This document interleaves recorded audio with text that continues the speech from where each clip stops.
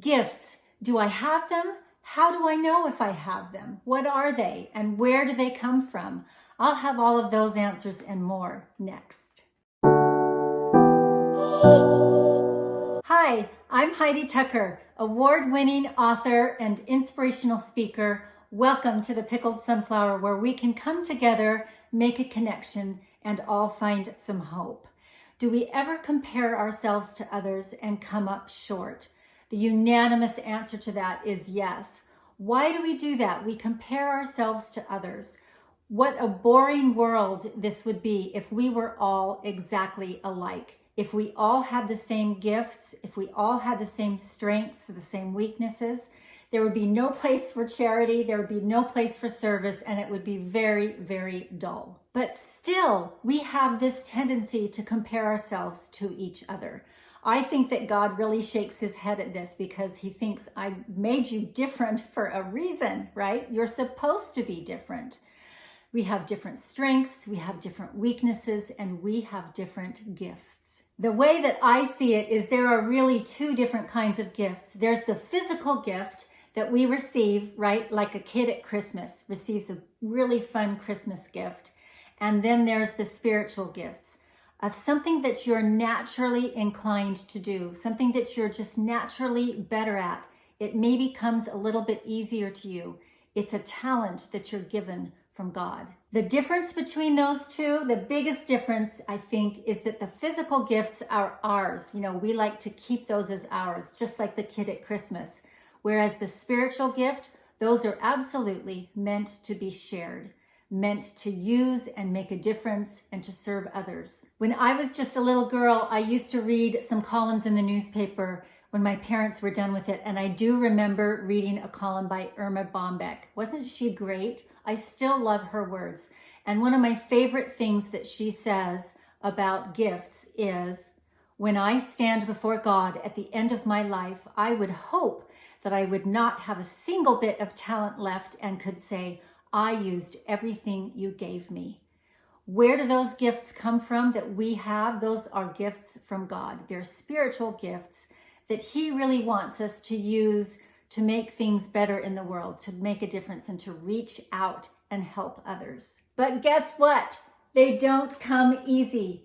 In fact, I don't think that we find gifts, as I say, on the porch swing, sipping lemonade on a beautiful summer day.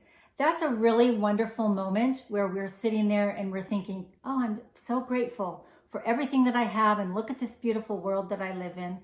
That's a day of gratitude. That's an important moment and we're supposed to have those. But I think that gifts come from the faceplant.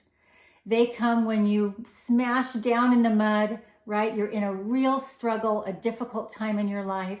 You lay there for a while feeling all the why me's. And at some point, you feel yourself climb up onto your knees, asking God to help you through that situation. And at some point, you receive the strength to get onto your feet and take a step forward. Guess what? You have a new gift that you may not have realized that you had before, because you now have new perspective and you have new empathy. And those two emotions are going to help you moving forward to help others in that same situation that you just pulled yourself out of. That's a gift that you've received from the faceplant. Years ago, I was having a year of faceplants. There were some really hard things I was going through, and it was one of the darkest years of my life. And during that time, I had a dream, and I felt like I saw my hands holding a book, and it was my book, and it was God saying to me, you need to write this book. In fact, I heard those words in my dream, you need to write this book, and I knew it was my book. That was like in one of the biggest mud puddles of my life, right? And I thought to myself, I have no desire to write that book. Why would I want to do that?